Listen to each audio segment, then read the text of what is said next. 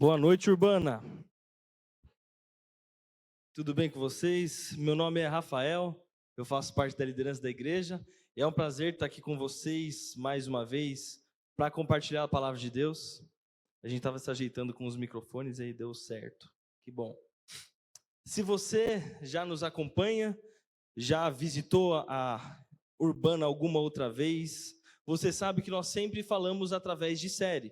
E hoje não é diferente. Nós estamos numa série de um período muito importante chamado Quaresma. Esse é um período no qual todos os cristãos ao redor do mundo preparam o coração, a mente, para o evento mais importante, como Eliseu já falou aqui, da cristandade, que é a morte e ressurreição de Cristo. E a série em que nós estamos se chama Os Cânticos do Servo. Nós estamos olhando para o profeta Isaías, esse livro importante, escrito muito antes de Jesus encarnar, escrito 700 anos, mais ou menos, antes de Jesus encarnar, onde no final desse livro ele fala sobre os cânticos do servo.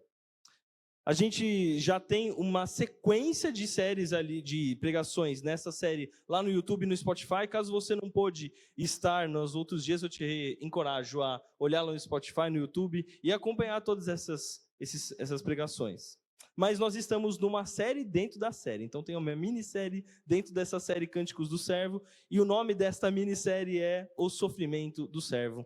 E hoje eu tenho a honra, o privilégio de finalizar essa minissérie. Então hoje é o sofrimento do servo, parte 3. Para isso, irmãos, eu convido vocês a abrir justamente no profeta Isaías, o capítulo 53, e a gente vai ler do versículo 7 ao 12. Esse capítulo importante que nós cantamos, que é bem famoso, que é bem conhecido, é um capítulo que demonstra, descortina diante de nós o sofrimento do servo. Nós vamos ler o final a partir do versículo 7. Vamos juntos? Ele foi oprimido e afligido, e contudo não abriu sua boca. Como um cordeiro foi levado para o matadouro, e como uma ovelha que diante dos seus tosqueadores fica calada. Ele não abriu sua boca. Com julgamento opressivo foi levado. E quem pode falar dos seus descendentes? Pois ele foi eliminado da terra dos viventes. Por causa da transgressão do meu povo, ele foi golpeado.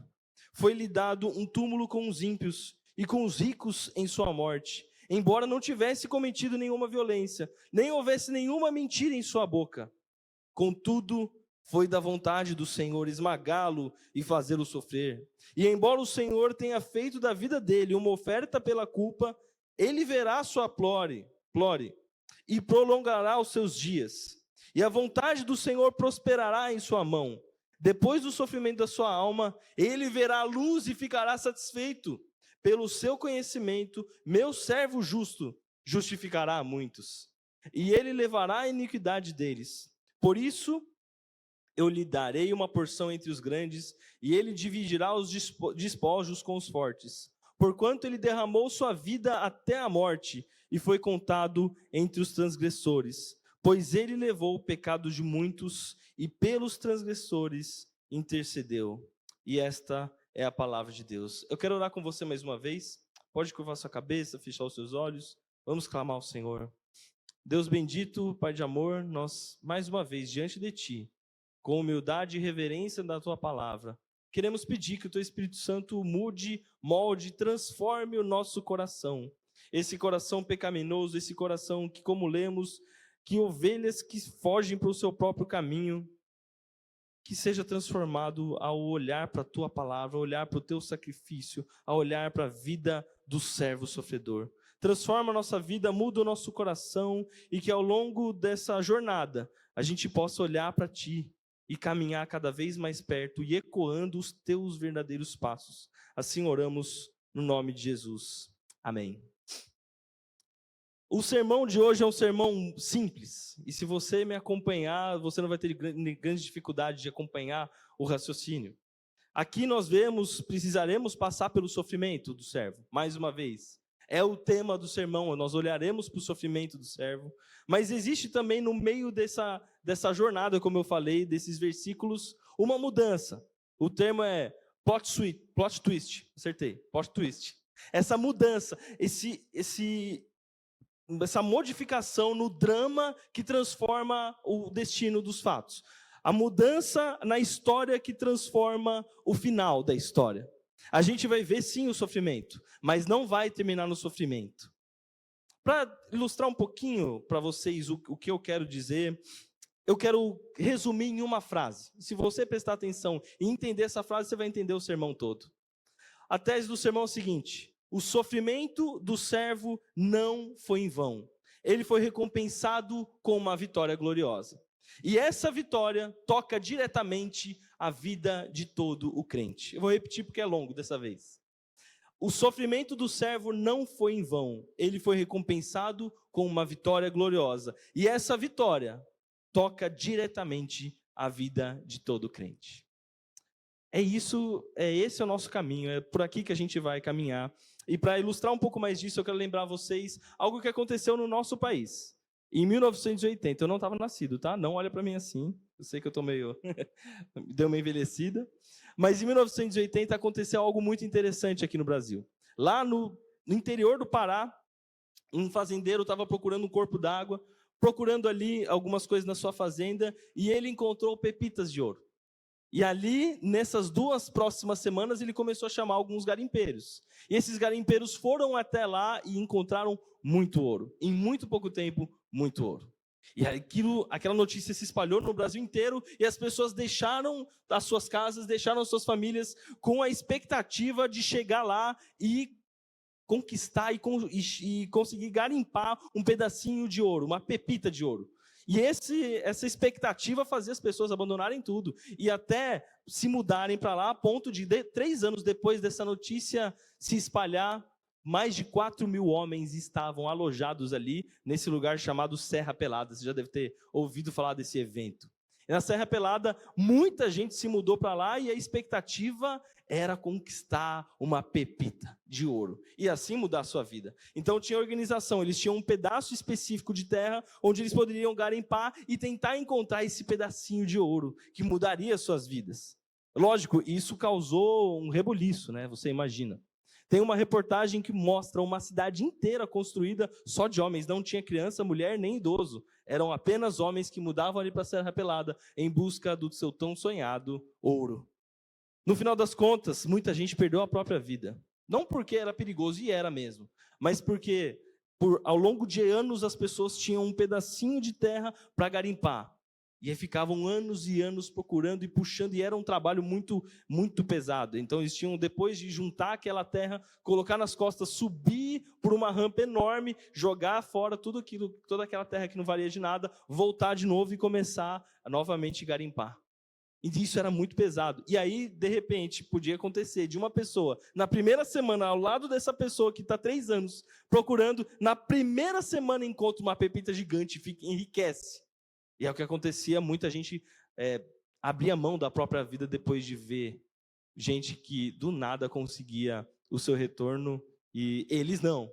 Muita gente deu a sua própria vida e se suicidou por conta de tudo isso. Isso foi muito chocante e marcou a nossa história. A verdade é que o que nos choca é que a gente dedica a nossa vida em busca de recompensas. A gente se esforça, a gente luta, a gente estuda de madrugada. Às vezes você está nas cápsulas de café estudando para um concurso público. Ou então você está se matando em turnos seguidos para conseguir conquistar alguma coisa, trocar um carro, conseguir uma casa. A recompensa nos motiva. A gente olha para a recompensa e isso faz a gente correr atrás. E como eu disse, o que nos choca é que a salvação não é conquistada através de uma recompensa. A gente não consegue trabalhar para conquistar a nossa própria salvação. Isso que nos choca. A gente fica, como que eu vou ser salvo se eu não posso conquistar? E a gente está tão baseado na meritocracia, tão baseado eu vou conquistar, eu vou trabalhar e, portanto, eu vou conseguir, que a salvação, a doutrina da salvação nos chama atenção. A graça de Jesus muitas vezes nos humilha, porque não é através do nosso mérito, não é pelo nosso esforço que a gente consegue a salvação. Mas veja, não é porque na salvação a gente não consegue através do nosso esforço que a lei do plantio e da colheita não é verdadeira. Você pode se lembrar que existem aqueles livros sapienciais. Que são livros sapienciais? São livros onde contém ali sabedorias. Você pode lembrar-se de Provérbios, onde o Salomão, o sábio, dá vários conselhos. E nesses conselhos ele fala, vá por este caminho, senão vai acontecer aquilo outro. Vá por tal lugar, senão pode acontecer tal coisa. E você vai construindo ali uma sabedoria de coisas pelas quais você vai trabalhar e conquistar. E isso não é ruim, muito pelo contrário, isso é bênção, isso é bom. Não é que a ação e a consequência não são boas, elas são. Só que para a salvação isso não funciona. Só que isso não quer dizer que a recompensa não deve nos motivar. Sim, motiva. Senão não teria uma promessa de um lar. Jesus falou, eu vou vos preparar lugar, e quando eu for preparar lugar, vocês vão estar onde eu estiver. Existe sim a esperança cristã, e a esperança cristã é uma recompensa. A recompensa é verdadeira, é boa. E aqui o servo vai ver, além do sacrifício, além do seu sofrimento, ele vai enxergar a sua recompensa. Mas a gente tem que primeiro passar pelo sofrimento, e vamos fazer isso junto com os servos, e eu quero chamar a atenção de vocês para o versículo 7. Vamos começar entrando no texto.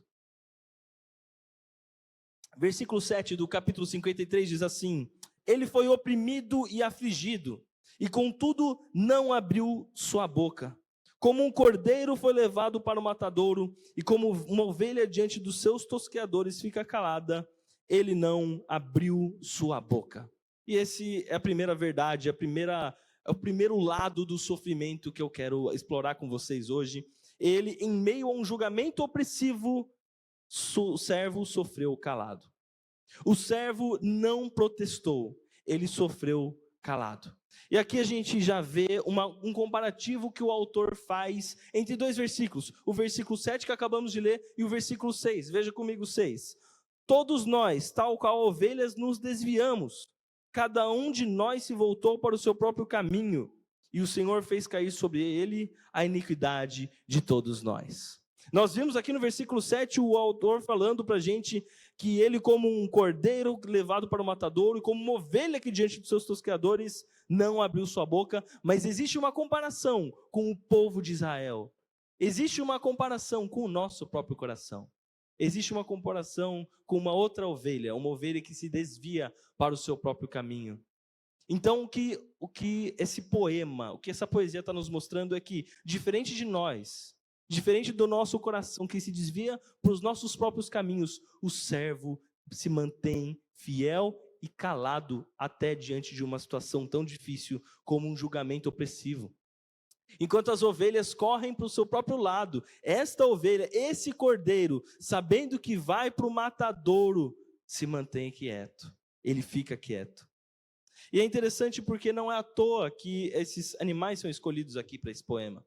Essa comparação com ovelhas e cordeiros também tem a ver com o fato de que, quando um judeu pecava diante de Deus, para que ele tivesse algum tipo de sacrifício, ele tinha que oferecer um animal de sacrifício no seu lugar. Para que ele não morresse por conta do seu pecado, ele tinha que oferecer algum dos seus animais, o cordeiro, uma ovelha, e levava até o sacerdote, e o sacerdote matava esse animal, e aquele sangue escorrido não era o seu próprio sangue, não era o sangue do pecador. Existia uma substituição. E aqui o servo é comparado a um cordeiro. Não é à toa que isso acontece. A palavra hebraica que está aqui contida, falando que ele não abriu a boca, é a palavra aná.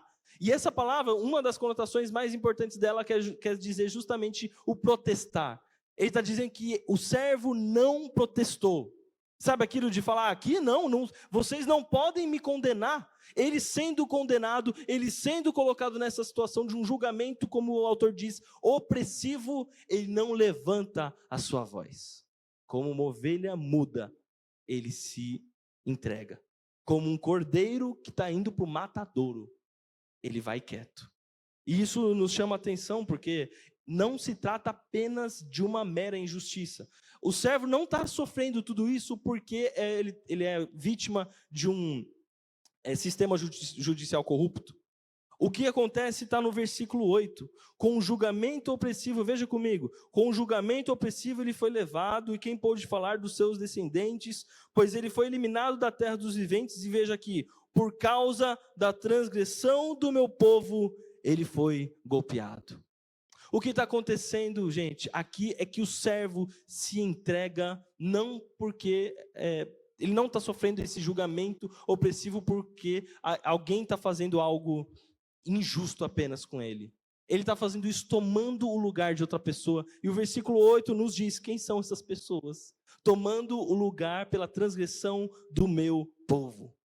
Esse servo se coloca à disposição, inclusive para ser morto, como uma ovelha sendo tosqueada e como um cordeiro para ser morto pela transgressão do meu povo. O servo sofre no lugar daqueles que estariam sofrendo. A gente não consegue imaginar, e você aqui nessa altura do campeonato dessa série já sabe que nós estamos falando de Jesus Cristo.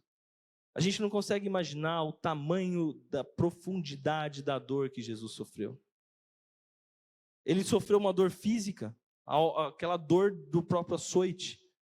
Ele sofreu uma dor emocional por ser abandonado pelos seus próprios discípulos. Ele sofreu uma dor espiritual quando ele reclama ao Pai: Deus meu, por que me desamparaste? A gente não consegue imaginar a complexidade e a profundidade dessa dor. E essa dor foi sofrida por mim e por você. Ela não foi sofrida em vão. Ela não foi sofrida porque ele acabou caindo num tribunal que era injusto, não. O servo se entrega porque ele está tomando o seu e o meu lugar. Há pouco tempo atrás, na verdade, na sexta-feira, eu fui jogar bola. Inventei de jogar bola com o pessoal aqui da igreja. Não deu muito certo porque eu tive um dia muito estressante e no final do dia eu acabei tendo uma enxaqueca.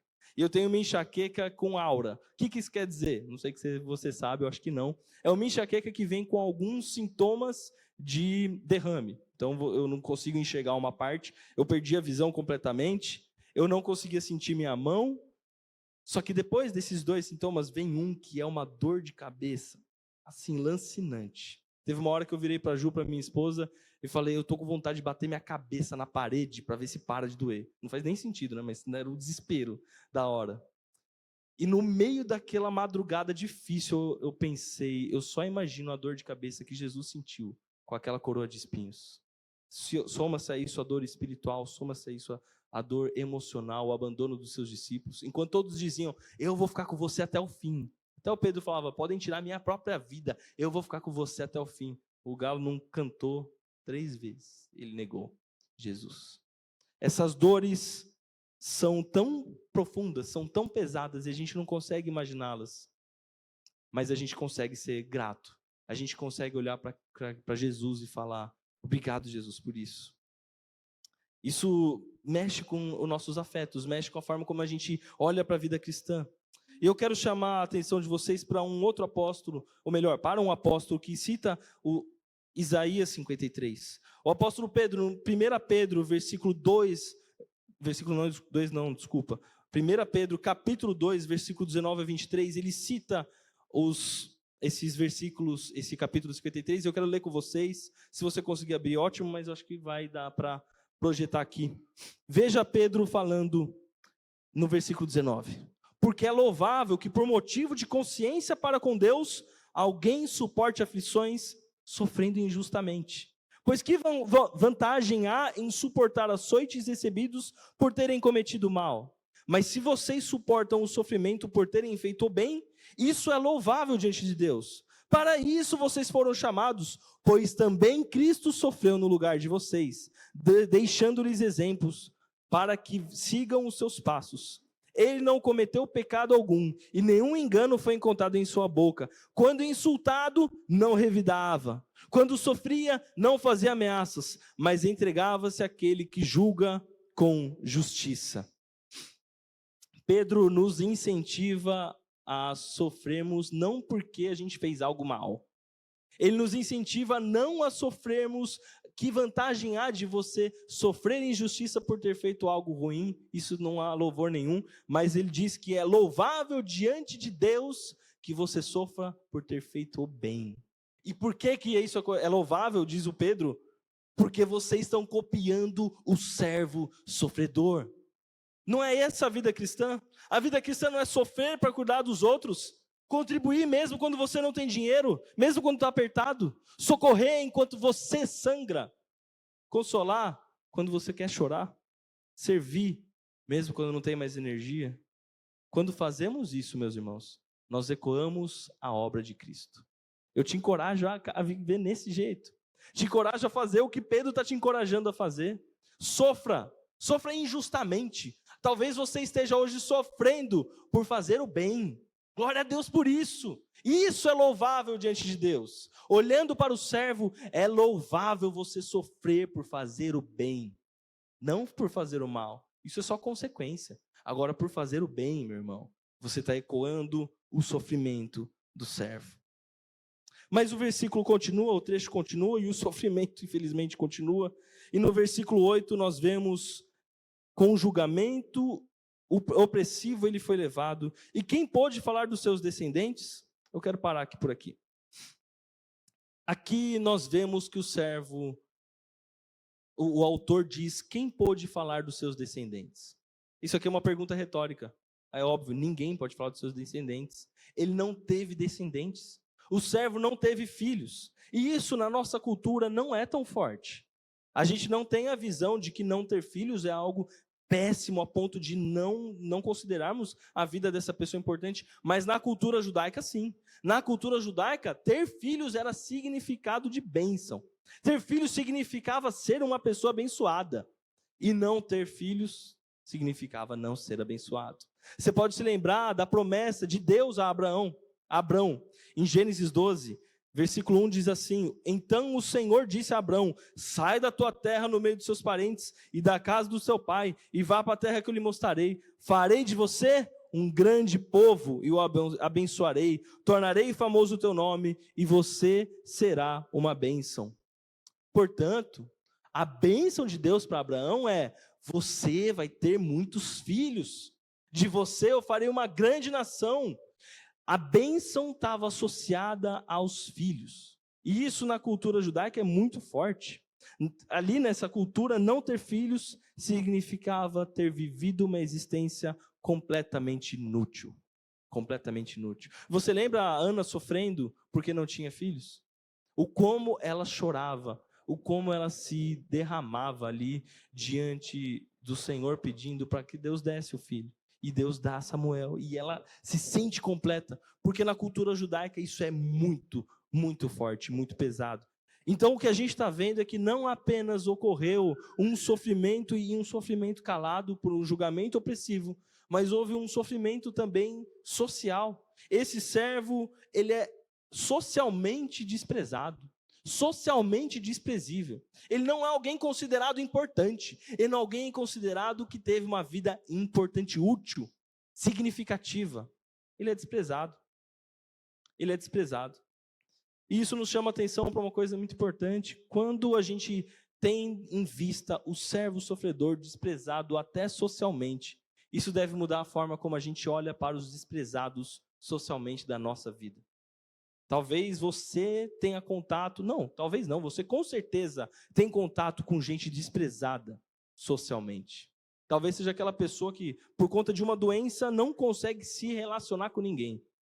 Talvez seja aquela pessoa dependente químico da sua rua, que é desprezado, completamente desprezado, onde não tem ninguém para olhar. Mas se você, como um cristão, sabe do servo sofredor, isso deve mudar a forma como você se relaciona com esses humilhados, porque você vai se lembrar do teu servo, ou melhor, do teu Senhor, mas o servo sofredor humilhado nesse ponto.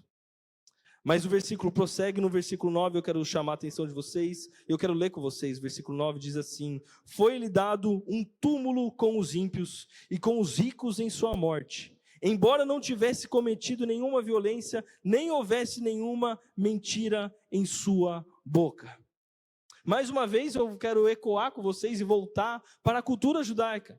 Hoje a gente sim tem uma importância nessa cerimônia do sepultamento. Na nossa cultura isso é muito importante. O enterro é algo solene. Um velório é algo solene. A gente se veste de um jeito diferente. A gente fica mais quieto. Mas na cultura judaica isso tinha importâncias a mais. Na cultura judaica, o sepultamento refletia algo sobre a vida da pessoa. Refletia algo sobre quem ela foi, como ela viveu. E quando a gente vê esse versículo dizendo que o servo teve um túmulo dado com os ímpios, Isso está nos dizendo que ele teve uma morte desonrosa e um sepultamento insultoso. Ele foi sepultado como um criminoso. Ele foi morto como um criminoso. O sepultamento na cultura judaica era algo tão importante. E para provar isso, eu quero lembrar de vocês Jacó. Ele estava morrendo lá na terra do Egito e ele vira para José, aproximando-se ali da hora da sua morte. E no versículo 29 do capítulo 47 ele diz: aproximando-se da hora da sua morte, Jacó chamou seu filho José e ele disse: se quer agradar-me, põe a mão debaixo da minha coxa, numa forma de promessa, uma forma de compromisso. Põe a mão debaixo da minha coxa e prometa que será bondoso e fiel comigo. Não me sepulte no Egito. Quando eu descansar com meus pais, leve-me daqui do Egito e sepulte-me junto com eles. E José respondeu: farei como o Senhor me pede. Sabe o que o Jacó está pedindo para o José?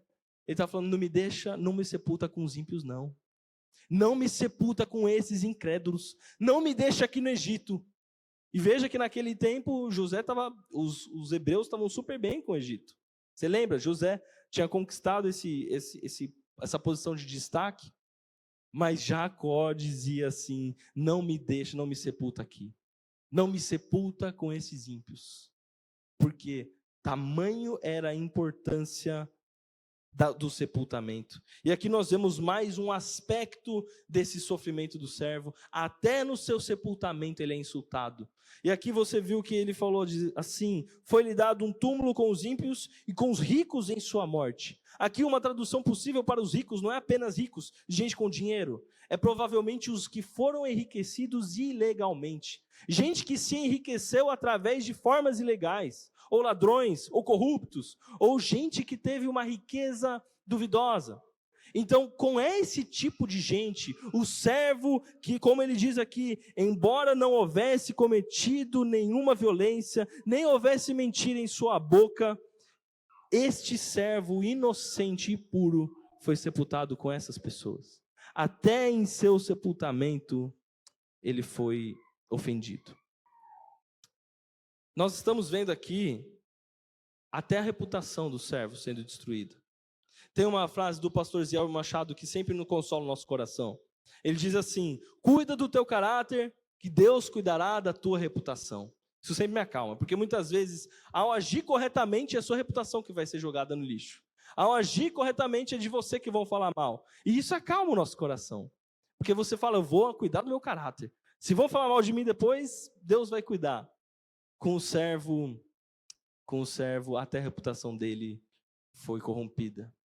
Tudo relacionado ao nome desse servo foi corrompido. Houve um momento em que ser evangélico, eu não vivi muito desse momento, ser chamado de evangélico era algo que trazia em si uma reputação muito boa. Você falava que alguém era evangélico, me disseram, né? Na minha geração já não é tanto isso, já veio mais manchado, tem gente rindo, né? Exatamente. Veio mais alguma mancha, às vezes isso está associado até a hipocrisia, até gente que não leva a sério, ou gente fanática. Mas a verdade, meus irmãos, é que o servo viveu de uma maneira completamente inocente e teve a sua reputação manchada até no seu sepultamento. É dolorido ver isso. Mas graças a Deus, existe um entretanto, existe um contudo, existe um mais. E eu quero entrar, eu estou doido para entrar nesse ponto com vocês. Eu quero ler com vocês o versículo 10. Aqui que eu falei do plot twist. É aqui que a mudança acontece. E graças a Deus por isso, porque não é apenas o sofrimento que acontece. Veja comigo o versículo 10. Diz assim: contudo, foi da vontade do Senhor esmagá-lo e fazê-lo sofrer. E embora o Senhor tenha feito da vida dele uma oferta pela culpa, ele verá sua plore e prolongará os seus dias. E a vontade do Senhor prosperará em sua mão. Depois do sofrimento da sua alma, ele verá a luz e ficará satisfeito.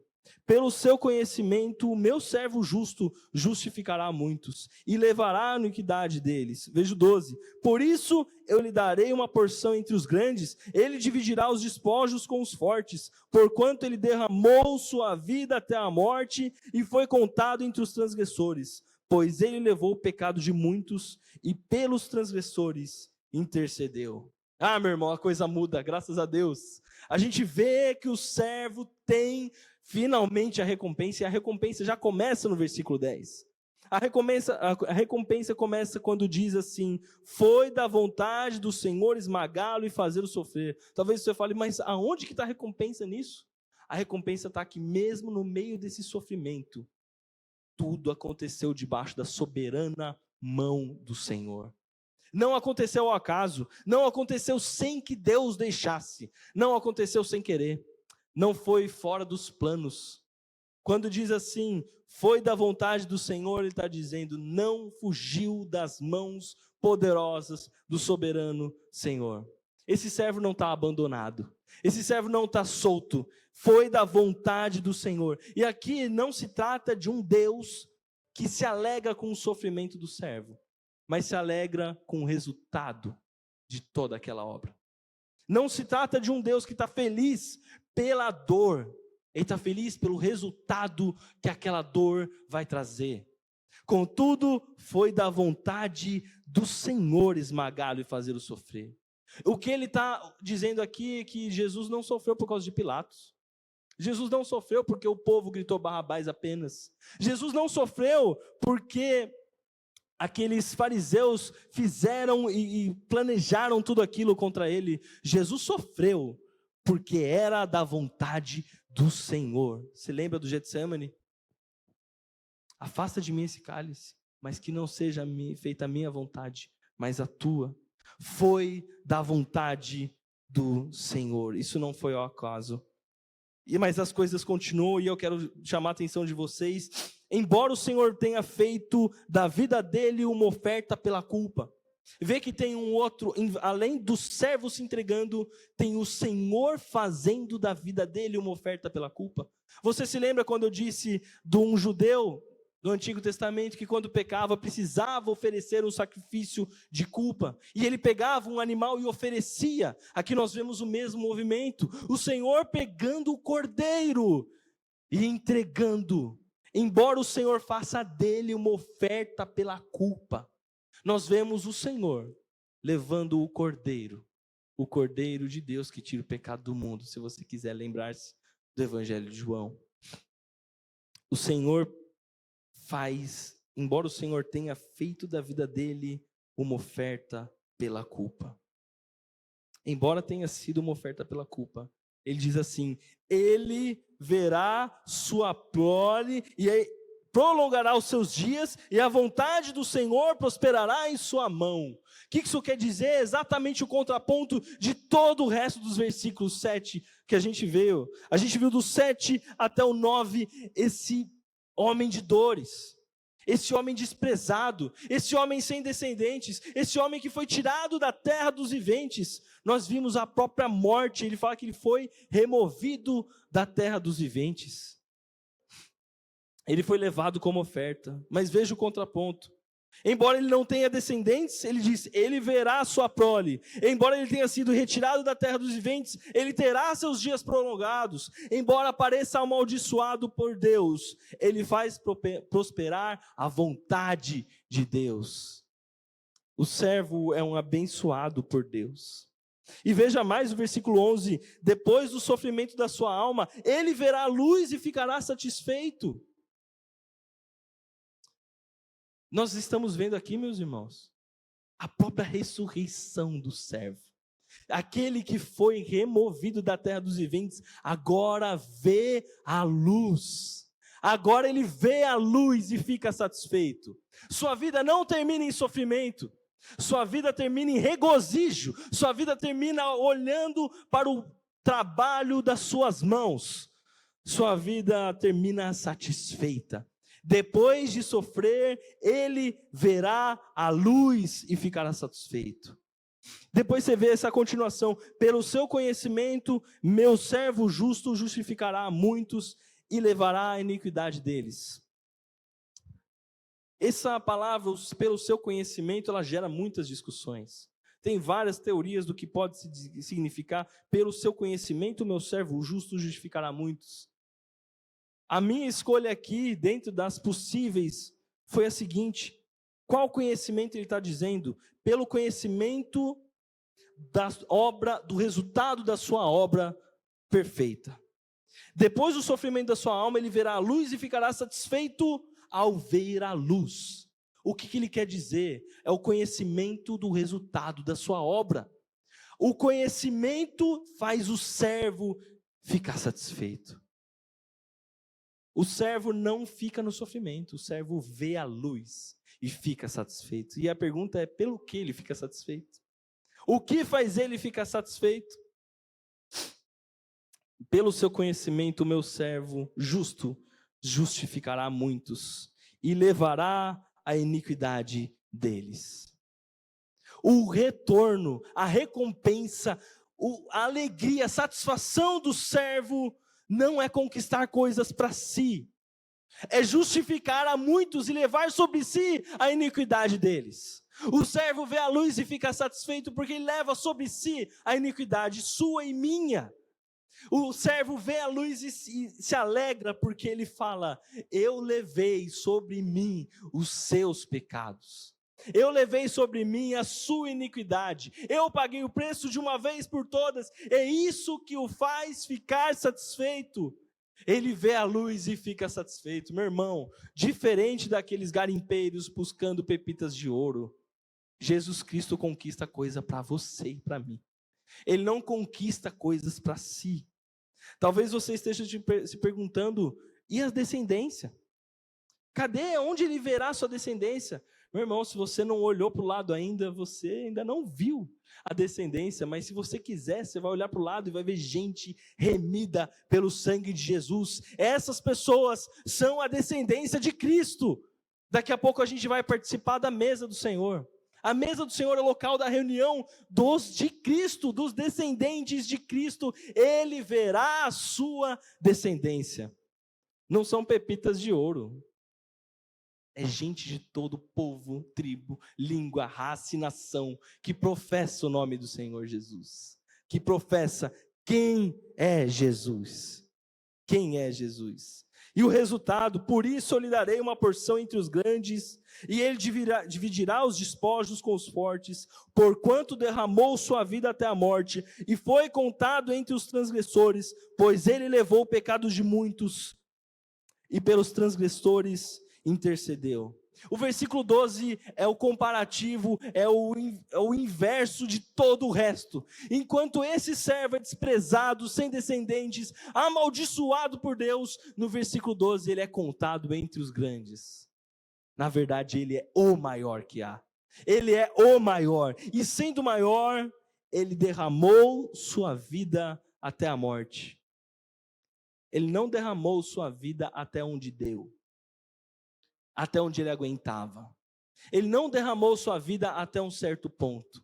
Ele não derramou sua vida até uma distância segura. Ele não derrama sua vida colocando um pé atrás, fazendo seguro de vida. Ele derramou sua vida até a morte. E foi contado entre os transgressores. Sendo que era para o seu nome estar contado entre os transgressores. Porque ele foi contado entre os transgressores, você é contado entre os justificados, meu irmão. Porque ele foi contado, porque ele foi sepultado entre os ímpios. Você tem uma morada eterna com ele. Porque ele tomou sobre si o seu e o meu pecado. Hoje nós podemos ter comunhão e paz com Deus. Talvez você esteja falando, aonde que isso desemboca na minha vida? Aonde que isso faz diferença na minha vida? Que história linda de superação do servo. Como que isso faz sentido para minha quarta-feira à tarde? Gosto de dar esse exemplo. Como que essa pregação vai fazer diferença na minha terça, na minha quarta-feira? Tem uma pergunta que ecoa aqui. Veja no versículo 12. Por isso eu lhe darei uma porção entre os grandes, e ele dividirá os despojos com os fortes, porquanto ele derramou a sua vida até a morte, e foi contado entre os transgressores, pois ele carregou o pecado de muitos. E a pergunta que fica é, quem são esses muitos? De quem o autor está falando? Quem são os muitos pelos quais ele intercedeu? Quem são os muitos que tiveram a sua vida, ou melhor, a sua morte substituída pela morte perfeita do servo? Como você vai saber se você é um desses? E esse sermão grita para você: arrependa-se dos seus pecados, creia no Senhor Jesus, então você saberá que você é um desses muitos. Eu vou repetir: arrependa-se dos seus pecados, abandone sua vida de pecado, até aquele pecado que você esconde. Arrepende-se da sua fofoca, da sua maledicência, arrepende-se das suas mentiras, arrependa-se dos seus vícios, arrependa-se da sua preguiça, arrependa-se dos seus pecados, creia no Senhor Jesus Cristo como Salvador e Senhor da sua vida. Nesse momento, você sabe que você está entre os muitos. Daqui a pouco a gente vai participar da ceia do Senhor, como eu falei. Você vai ter um momento específico para se arrepender.